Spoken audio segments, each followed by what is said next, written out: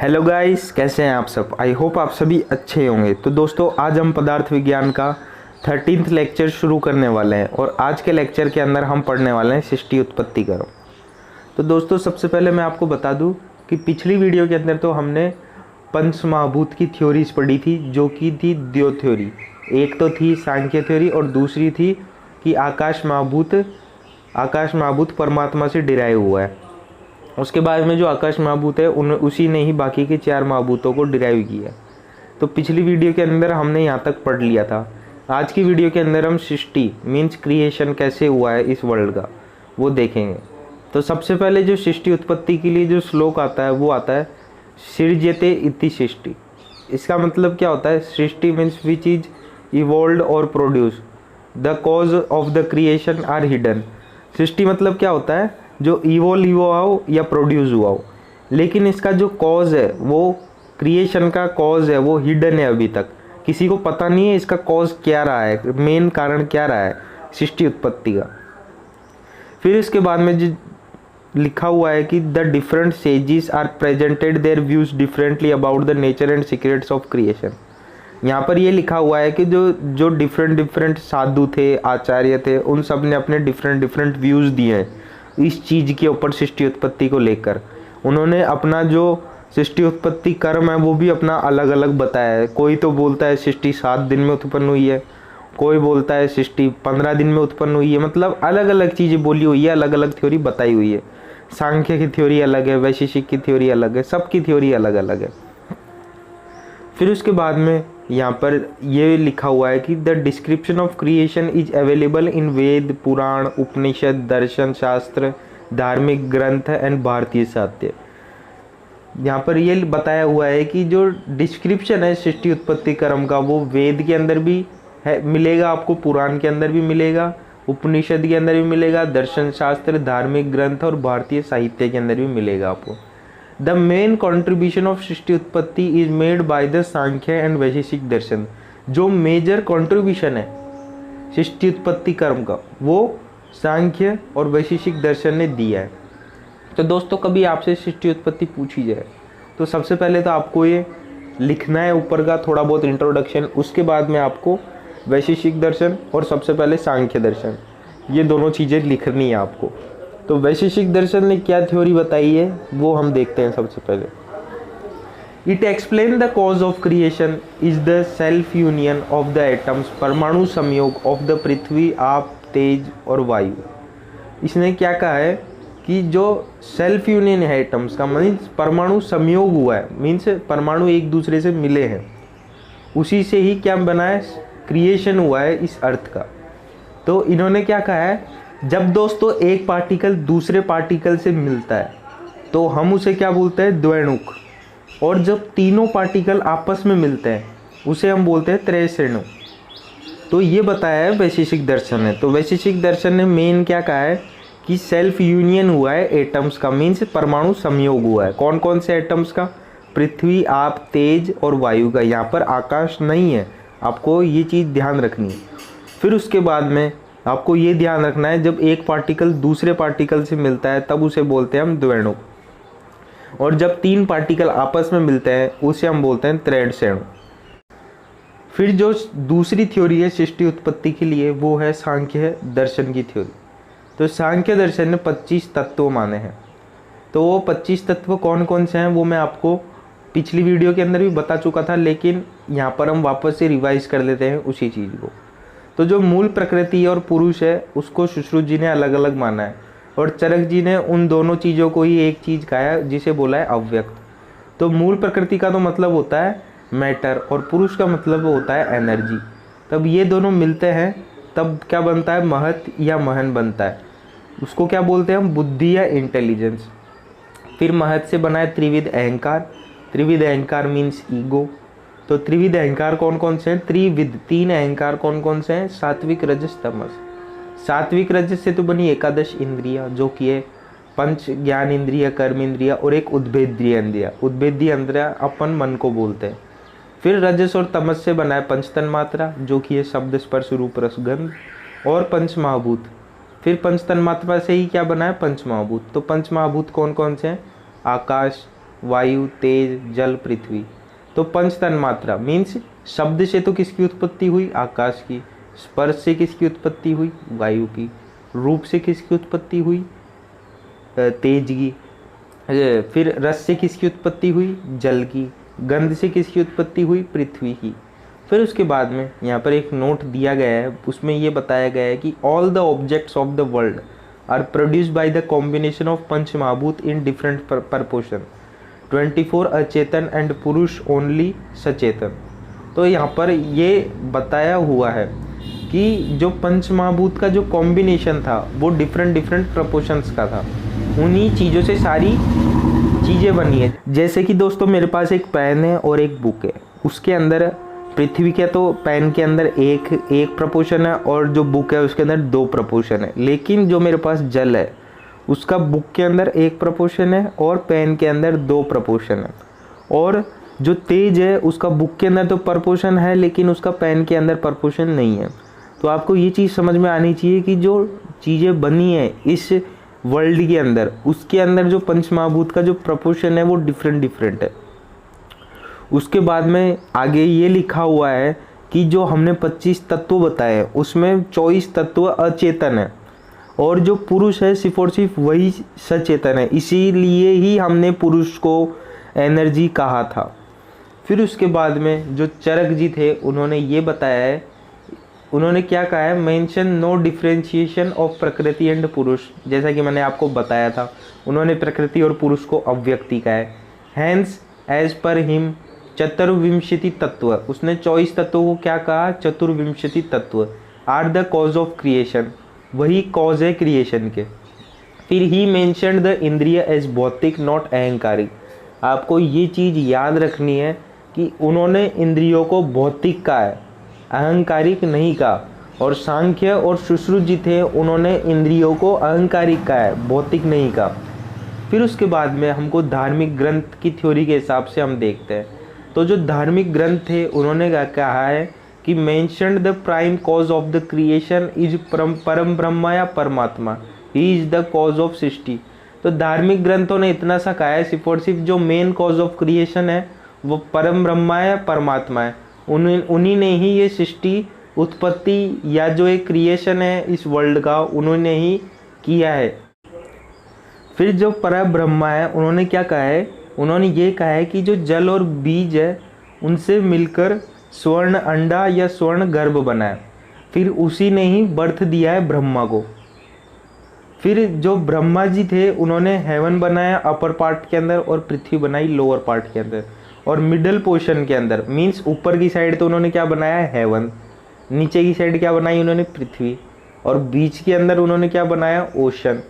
फिर जो 8 डायरेक्शन बनाई उन्होंने, फिर स्काई बनाया, महत बनाया, अहंकार बनाया, त्रिगुण बनाया, and all the other objects of the world are originated.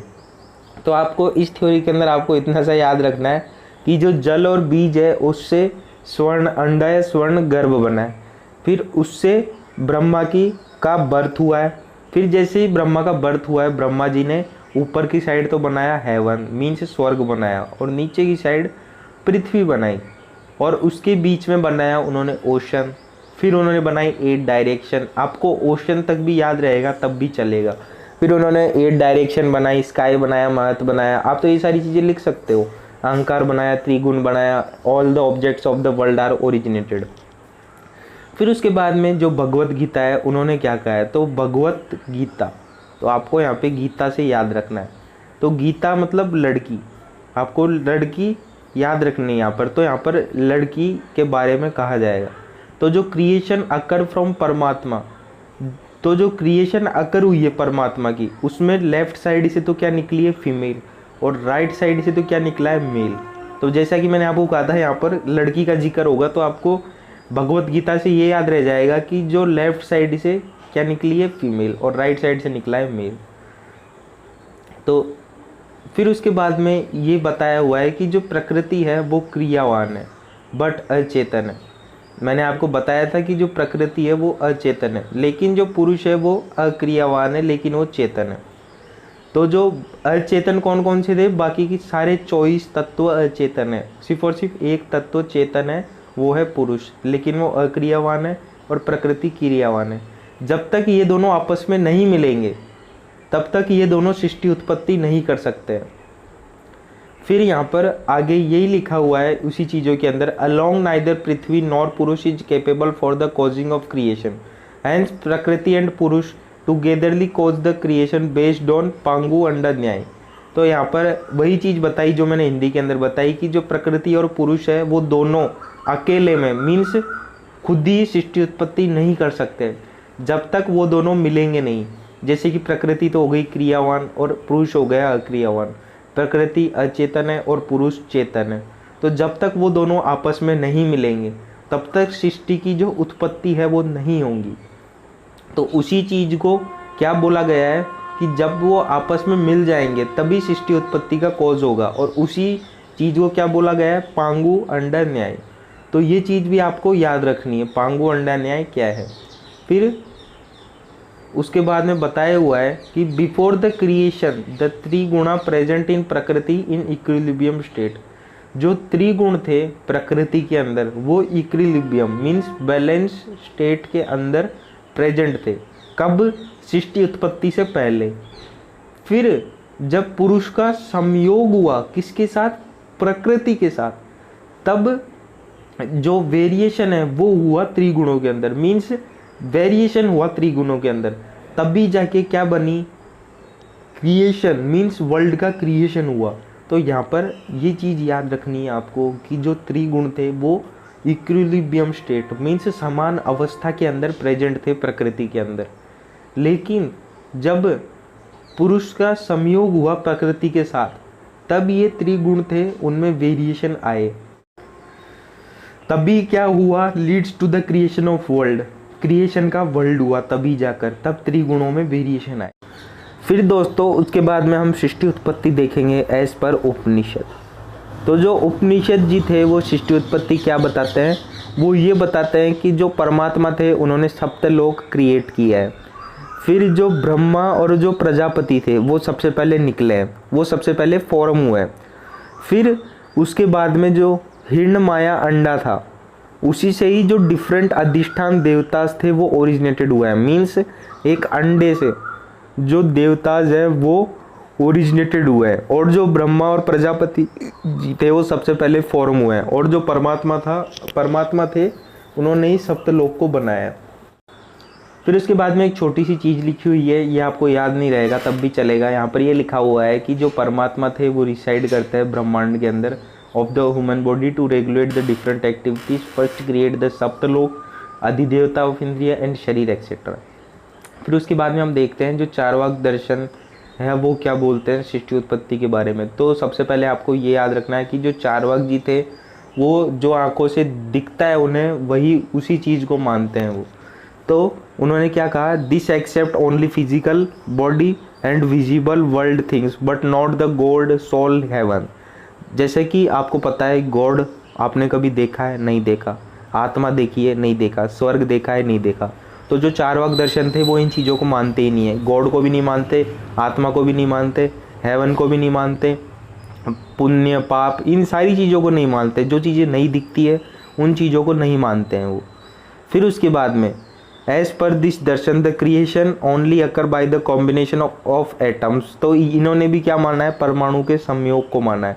और पृथ्वी, आप, तेज एंड वायु, इन्होंने इन्हीं एटम्स को माना है। इन्हीं एटम्स को क्यों माना है वो आप क्लियर कर लो। आकाश को क्यों नहीं माना है? क्योंकि आकाश को पंच महाभूत नहीं माना है चारवाक ने। क्यों नहीं माना? क्योंकि आकाश दिखता नहीं है।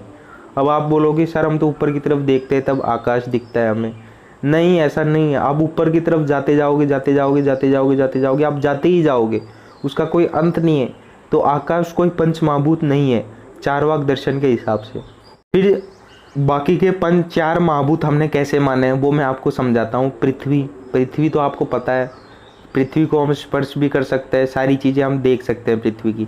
अब आप है, जल, पानी वगैरह तो हम पी भी सकते हैं। तेज, अपनी आँखों से हम तेज को देख सकते हैं, सूर्य है उसको। फिर जो वायु है, अब बहुत सारे स्टूडेंट्स ये बोलेंगे सर हम तो वायु को देख नहीं सकते। चलो मान लिया आप देख नहीं सकते हो, लेकिन आप स्पर्श तो कर सकते हो वायु को। तो वही चीज़ मैं आपको बताना चाहता हूँ, आकाश को आप फील भी नहीं कर सकते हो, इस वजह से हमने आकाश को पंचमहाभूत नहीं माना है। फिर उसके बाद में जो चैतन्य शक्ति थी बॉडी के अंदर, is not due to the entry of soul. इन्होंने क्या बोला है कि जो हमारे बॉडी के अंदर जो चेतना है, जो कॉन्शियसनेस है या जो सेल्फ कॉन्शियसनेस है, वो आत्मा की वजह से नहीं है। वो किसकी वजह से है? सेल्फ जनरेटेड केमिकल चेंजेस की वजह से है, जो कि फर्मेंटेशन इन कंपाउंड्स वगैरह के अंदर हुआ है, इस वजह से। तो जो चैतन्य शक्ति है, उन्होंने ये कहा है कि ये एंट्री ऑफ सोल मीन्स हमारे बॉडी के अंदर आत्मा की वजह से नहीं है, ये सिर्फ और सिर्फ एक केमिकल चेंज है, जो कि फर्मेंटेशन वगैरह इस तरीके का हो सकता है। फिर birth is the srishti, death is laya, and living happy is the ultimost goal of the human. तो आपको ये चीज़ याद रखनी है कि बर्थ क्या है? सृष्टि। डेथ क्या है? लय। और लिविंग हैप्पी जो अल्टीमेट गोल है मीन्स चारवाक दर्शन का, वो क्या है? लिविंग हैप्पी मीन्स खुश रहो सिर्फ और सिर्फ। फिर these people reject the presence of आत्मा, परमात्मा, मोक्ष, पुनर्जन्म एक्सेट्रा। ये सारी चीज़ों को उन्होंने रिजेक्ट किया है। मैंने आपको पहले ही बता दिया था कि जो चीज़ें नहीं दिखती है उन चीज़ों को इन्होंने नहीं माना है। फिर दोस्तों हम देखते हैं सृष्टि उत्पत्ति एज पर कुरान। तो जो अल्लाह थे उन्होंने ये कहा है कि जो इस वर्ल्ड का जो क्रिएशन है वो 7 दिनों के अंदर हुआ है सिर्फ और सिर्फ।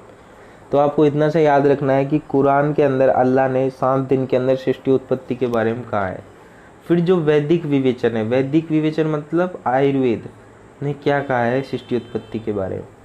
तो जो क्रिएशन इज यांत्रिक प्रक्रिया मीन्स जो ये जो क्रिएशन है वर्ल्ड का, उन्होंने कहा है ये एक मैकेनिकल प्रोसेस है मीन्स यांत्रिक प्रक्रिया है। फिर द बॉडी ऑफ विराट पुरुष इज ओरिजिनेटेड एज वर्ल्ड, एक विराट पुरुष ओरिजिनेट हुआ है, उसी को ही हमने क्या बोला है? वर्ल्ड। फिर एग्जाम्पल उन्होंने दिया है जैसे कि उसकी जो सिरा है, जो उसकी वेन्स और आर्टरी है, उसको तो हमने कहा है आकाश। जो पद है, पद का मतलब क्या था? पैर, उसको तो हमने कहा है पृथ्वी। और नाभि, उसकी जो नाभि है उसी को ही हमने क्या कहा है? वायु। नाभि को वायु क्यों कहा? क्योंकि आपको पता है कि नाभि के नीचे वात दोष रहता है, तो इस वजह से ही उन्होंने नाभि को वायु कहा है। और बहुत सारी चीज़ें कही है। फिर उसके बाद में उन्होंने सूर्य को तो क्या कहा है? सर्व आत्मा।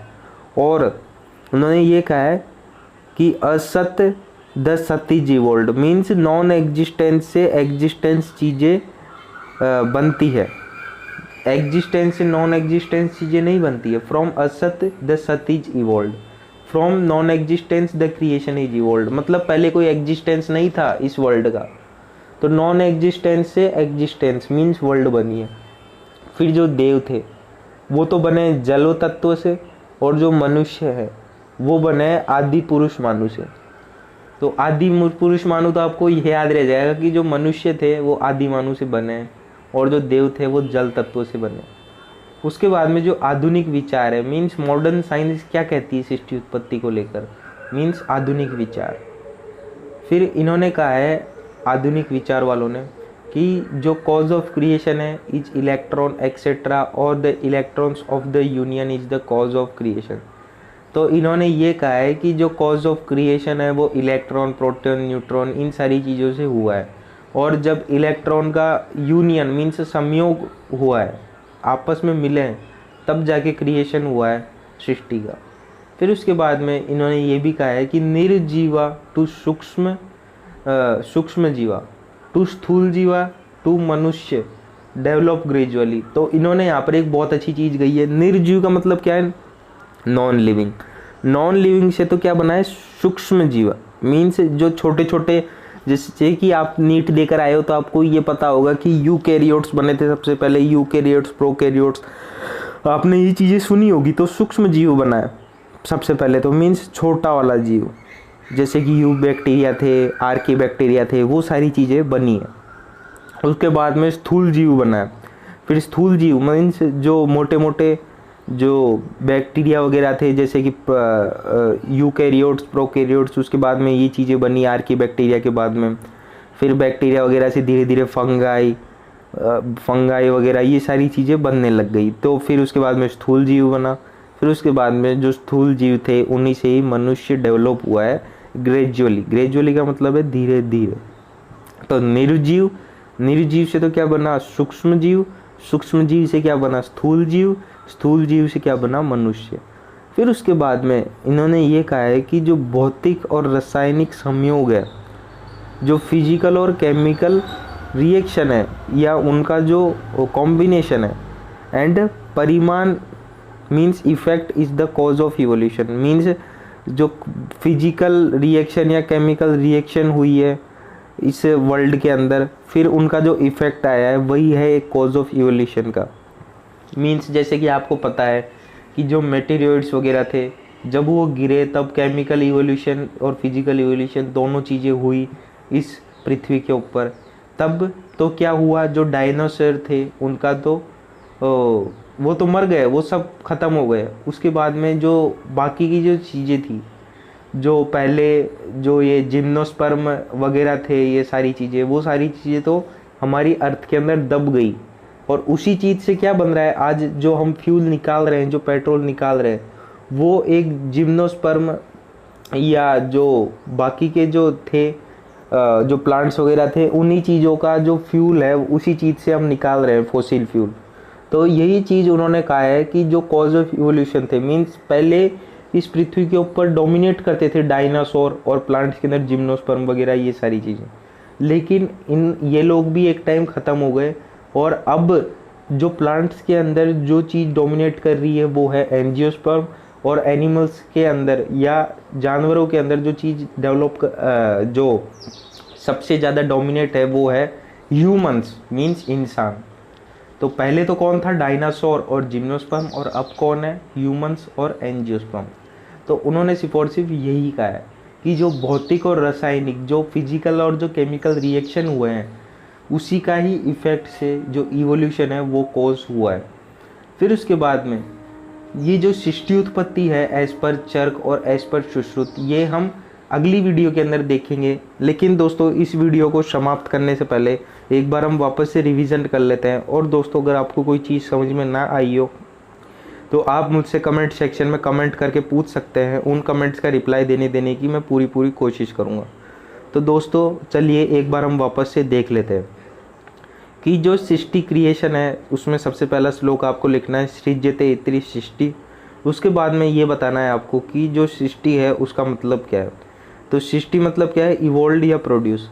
फिर the cause of creation is hidden है, मीन्स जो क्रिएशन है, जो कॉज है वो हिडन है, वो किसी को भी नहीं पता जो सृष्टि उत्पत्ति क्यों हुई है, या जो ये क्रिएशन है वर्ल्ड ने ये क्यों बनाई है, ये वर्ल्ड क्यों बना है, ये क्रिएशन क्यों हुई है, ये किसी को भी पता नहीं है। इसका जो रीज़न है वो आज तक भी हिडन है। लेकिन जो डिफरेंट साधुज है, आचार्य है, वो अपनी डिफरेंट थ्योरी देते हैं और वो सारी थ्योरी अलग अलग है।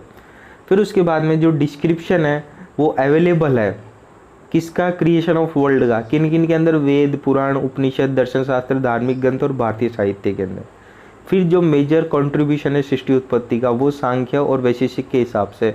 जब आपसे सृष्टि उत्पत्ति 5 या 3 नंबर में पूछा जाए, जब आपको ये ऊपर का इंट्रोडक्शन लिखना है, उसके बाद में वैशेषिक और सांख्य लिख कर आना है। लेकिन 15 नंबर में पूछा जाए तब आप कितना भी लिख सकते हो। मैंने आपको इतना ज़्यादा बता दिया कि आप कुछ भी लिख सकते हो सृष्टि उत्पत्ति के अंदर, और आपको 15 में से 15 नंबर मिलना 100% गारंटी मेरी है अगर आप इतना लिख कर आ गए। क्योंकि एग्जामिनर भी खुश हो जाएगा इतना देखकर, तो वो भी सोचेगा कि इस स्टूडेंट ने इतना सारा लिखा है, मीन्स इसको बहुत कुछ आता है। तो एग्जामिनर के ऊपर भी आपका एक अच्छा इंप्रेशन पड़ेगा, एग्जामिनर के ऊपर आपका। फिर उसके बाद में जो वैशेषिक दर्शन था उन्होंने परमाणु संयोग को बताया, means self union of atoms को बताया। उन्होंने पृथ्वी, आप, तेज, वायु, भूत को लिया। उन्होंने आकाश को क्यों नहीं लिया वो आप समझ गए हो गया। फिर उन्होंने जो वन पार्टिकल है वो मिक्स विथ अनदर, जो एक पार्टिकल है वो दूसरे पार्टिकल से मिलता है, तब उन्होंने क्या बोला, द्वैणु। और जब तीनों पार्टिकल आपस में मिलते हैं तब उन्होंने उसको क्या बोला, त्रैणु, त्रैसेणु। फिर दोस्तों हम जो सृष्टि उत्पत्ति है वो हम देखते हैं एज पर सांख्य। तो जो सांख्य है वो 25 तत्वों मानता है। तो वो कौन कौन से हैं? मूल प्रकृति पुरुष, फिर मूल प्रकृति और पुरुष से क्या बना? महत, महत से बना अहंकार। तो त्रिविध अहंकार कौन कौन से हैं? सात्विक, रजस, तमस। सात्विक और रजस ने तो प्रोड्यूस किया एकादश इंद्रिया, और रजस और तमस ने प्रोड्यूस किया पंच तन्मात्रा, और पंच तन्मात्रा से प्रोड्यूस हुआ पंचमहाभूत। पंच तन्मात्रा कौन कौन सी? शब्द, स्पर्श, रस, रूप, रसगंध। और पंचमहाभूत कौन कौन से हैं? आकाश, वायु, तेज, जल और पृथ्वी। फिर इसके बाद में यहाँ पर एक नोट आया हुआ है, उसमें ये कहा गया है कि जो कॉम्बिनेशन है पंचमहाभूत का वो डिफरेंट डिफरेंट प्रपोर्शंस के अंदर है, और 24 अचेतन है तत्व है, और जो पुरुष है वो ओनली सचेतन है। फिर उसके बाद में जो चरक है उन्होंने डिफ्रेंशिएशन नहीं बताया प्रकृति और पुरुष के अंदर, उन्होंने प्रकृति और पुरुष को एक ही चीज़ कहा है जो कि है अव्यक्त। फिर उसके बाद में जो 24 तत्व है उनको जो चरक जी थे उन्होंने तो कहा है चतुर्विंशति तत्व, और सांख्य या सुश्रुत जी थे उन्होंने 25 तत्वों को कहा है पंचविंशति तत्व। फिर यही कॉज ऑफ क्रिएशन के लिए रिस्पॉन्सिबल है। फिर ही मेंशन इंद्रिय एज भौतिक बट नॉट अहंकारिक। लेकिन मैंने आपको बताया कि जो सुश्रुत और सांख्य थे उन्होंने इंद्रियों को भौतिक नहीं कहा, उन्होंने अहंकारिक कहा है इंद्रियों को। फिर जो धार्मिक ग्रंथ है वो क्या बोलता है? फिर उन्होंने सिर्फ और सिर्फ ये कहा है कि ये जो क्रिएशन है वो कॉज किया है किसने? पर ब्रह्मा। ये आप नहीं भी रखोगे तब भी चलेगा। फिर जो पर ब्रह्मा थे उन्होंने कहा जल और बीज से तो क्या बना है? स्वर अंडा और स्वर गर्भ। उन्होंने गेव राइस बर्थ दिया है किसको? ब्रह्मा को। फिर ब्रह्मा से ऊपर की साइड तो बना है हेवन, नीचे की साइड बनी है पृथ्वी, और बीच में बना है ओशन। फिर 8 direction, sky, mahat, ahankar, triguna, all the objects of world originate हुआ है। ये भी याद नहीं रखोगे तब भी चलेगा। फिर जो भगवत गीता है, भगवत गीता में तो ये बताया है कि जो परमात्मा की लेफ्ट साइड से तो निकली है फीमेल और राइट साइड से निकला है मेल। फिर उसको बाद में आपको ये चीज़ तो याद रखनी पड़ेगी, भगवत गीता याद रखो या ना रखो, लेकिन ये चीज़ आपको जब सृष्टि उत्पत्ति पूछा जाए तब आपको ये चीज़ लिख कर आनी है। जो प्रकृति होती है वो क्रियावान होती है लेकिन वो अचेतन होती है, लेकिन जो पुरुष होता है वो अक्रियावान होता है लेकिन वो चेतन होता है। तो प्रकृति का तो मतलब मैंने आपको बताया था मैटर, और पुरुष का मतलब बताया था मैंने आपको एनर्जी। जब मैटर और एनर्जी जब ये दोनों चीज़ें मिलती है तभी जाकर सृष्टि उत्पत्ति होती है। लेकिन ये दोनों चीज़ें अलग अलग है, ये दोनों चीज़ें सेल्फ मन खुद ही सृष्टि उत्पत्ति नहीं कर सकती है। तो उसी चीज़ को हमने क्या बोला? पांगु अंडर न्याय। फिर उसके बाद में आपको ये चीज़ भी लिखनी है, बिफोर द क्रिएशन मीन्स सृष्टि उत्पत्ति से पहले जो त्रिगुण थे वो समान अवस्था के अंदर थे प्रकृति के अंदर। लेकिन जब पुरुष का संयोग हुआ प्रकृति के साथ में तब जो वेरिएशन है वो त्रिगुणों के अंदर आया, और उसी से ही जब वेरिएशन आया तभी क्या बना? Leads to the creation of world, तभी सृष्टि की उत्पत्ति हुई। फिर उसके बाद में जो उपनिषद थे ये भी अगर आपको याद नहीं रहता है तब भी चलता है, लेकिन जो जो चीज़ें याद रखने लायक है वो चीज़ें मैं आपको बताता जा रहा हूँ रिवीजन पार्ट के अंदर। फिर जो परमात्मा है उन्होंने सप्तलोक को क्रिएट किया है, और जो ब्रह्मा और जो प्रजापति थे वो सबसे पहले आए हैं। उसके बाद में जो हिरण्मयु अंडा था उससे ही जो देवी देवता थे वो निकले हैं उसी अंडे से। फिर जो यहाँ पर कुछ भी नहीं दिया हुआ है, फिर इन्होंने सिर्फ और सिर्फ इतना सा कहा है कि जो परमात्मा रिसाइड इज ब्रह्मांड of the human body to regulate the different activities. फिर उसके बाद में आपको चारवाक दर्शन अगर आप लिखना चाहो तो चारवाक दर्शन का लिख सकते हो सांख्य और वैशेषिक थ्योरी लिखने के बाद में। तो जो चारवाक दर्शन थे उन्होंने क्या बोला है कि वो सिर्फ और सिर्फ फिजिकल बॉडी और जो दिखता है वर्ल्ड के अंदर उसी चीज़ को मानते हैं। वो ना ही तो गॉड को मानते हैं, ना ही सोल को मानते हैं, ना ही हीवन को मानते हैं, इन सारी चीज़ों को नहीं मानते हैं वो। फिर इस दर्शन के हिसाब से क्या कहा गया है कि जो परमाणु संयोग हुआ है किन किन का? पृथ्वी, आप, तेज और वायु का। आकाश को उन्होंने पंचमहाभूत नहीं माना क्योंकि आकाश हमें दिखता नहीं है। तो जो चैतन्य शक्ति है हमारी बॉडी के अंदर वो सोल मीन्स आत्मा की वजह से नहीं है। वो क्यों है? क्योंकि केमिकल चेंजेस हुई है, जैसे कि फर्मेंटेशन वगैरह, ऐसी कुछ केमिकल रिएक्शन हुई है कंपाउंड्स के बीच में। उस वजह से जो हमारी जो चैतन्य शक्ति है, हमारी बॉडी, जो हमारी चेतना है, हमारी जो कॉन्शियसनेस है या सेल्फ कॉन्शियसनेस है, वो आत्मा की वजह से नहीं है, वो केमिकल रिएक्शन या केमिकल चेंजेस की वजह से हमारी बॉडी के अंदर जो होते हैं। फिर इसके बाद में birth is a Srishti, death is लय। उन्होंने ये कहा है कि जो बर्थ है वो सृष्टि और डेथ क्या है? प्रलय या लय है। फिर उसके बाद में जो लिविंग हैप्पी है वही अल्टीमेट गोल है ह्यूमन का। किसके हिसाब से? चारवाक दर्शन के हिसाब से। फिर these people reject the presence of आत्मा, परमात्मा, मोक्ष, पुनर्जन्म, मोक्ष वगैरह, इन सारी चीज़ों को रिजेक्ट किया है उन्होंने। फिर जो कुरान थे उन्होंने अल्लाह ने कहा है कि 7 दिन के अंदर सृष्टि उत्पत्ति बनी है, ये चीज़ आपको याद रह जाएगी। फिर वैदिक विवेचना मीन्स आयुर्वेद ने क्या कहा है कि जो सृष्टि उत्पत्ति थी वो यांत्रिक प्रक्रिया है, मीन्स मैकेनिकल प्रोसेस है। फिर उसके बाद में ये लिखा हुआ है कि द बॉडी ऑफ विराट पुरुष इज ओरिजिनेटेड एज वर्ल्ड, जो विराट पुरुष की जो बॉडी थी वही ओरिजिनेट हुई है वर्ल्ड के टाइप में। तो उनकी जो सिराज थी, उनकी जो वेन्स और आर्टरी थी, उनको तो हमने कहा आकाश, पद मीन्स पैरों को तो कहा हमने पृथ्वी, और नाभि को कहा हमने वायु। तो और जो सूर्य था उसको हमने क्या कहा, सर्वात्मा। फिर जो असत से सत्व का इवॉल्व हुआ है, सत से असत का इवॉल्व नहीं हुआ, ऐसा आयुर्वेद ने कहा है, मीन्स नॉन एग्जिस्टेंस चीज़ों से एग्जिस्टेंस चीज़ें आई है। फिर उसके बाद में जो देव थे, जो देवी देवताओं थे, वो तो किससे बने, जल तत्व से बने, और जो मनुष्य थे वो किससे बने, आदि पुरुष मानु से बने। फिर आधुनिक विचार मीन्स मॉडर्न साइंस क्या बोलती है, मॉडर्न साइंस ये बोलती है कि जो कॉज ऑफ क्रिएशन है वो इलेक्ट्रॉन, प्रोटॉन, न्यूट्रॉन इन चीज़ों से हुआ है। जब इलेक्ट्रॉन वगैरह इन सारी चीज़ों का जब संयोग हुआ है, मीन्स यूनियन हुआ है, तभी जाके जो क्रिएशन है वर्ल्ड का वो हुआ है। फिर उसके बाद में इन्होंने कहा है कि निर्जीव से तो क्या बना है, सूक्ष्म जीव, सूक्ष्म जीव से स्थूल जीव, स्थूल जीव से क्या बना है, मनुष्य। धीरे धीरे ग्रेजुअली डेवलप हुआ है। फिर उसके बाद में इन्होंने कहा है कि जो फिजिकल रिएक्शन और जो केमिकल रिएक्शन है, जो संयोग है इन चीज़ों का, उसका जो इफेक्ट आता है उसी चीज़ से क्या होता है, इवोल्यूशन होता है। आई होप गाइज यहाँ तक सारी चीज़ें आपको समझ में आई होगी। जो सृष्टि उत्पत्ति थी वो सबसे टफ टॉपिक रहता है पदार्थ विज्ञान का, और मैंने इसको सबसे सिंपल वे में पढ़ाने की कोशिश करी है। और गाइज अगर आपको ये वीडियो अच्छी लगती है तो मेरी वीडियो को लाइक करें, मेरे चैनल बीइंग डॉक्टर को सब्सक्राइब करें। और दोस्तों हाँ, एक चीज़ और कहूँगा मैं आपको कि आप मेरा रिवीजन वाला पार्ट ज़रूर देखा करो, क्योंकि मैं रिवीजन वाले पार्ट के अंदर बहुत सारी नई चीज़ें बताता हूँ। थैंक यू दोस्तों हमारी वीडियो देखने के लिए।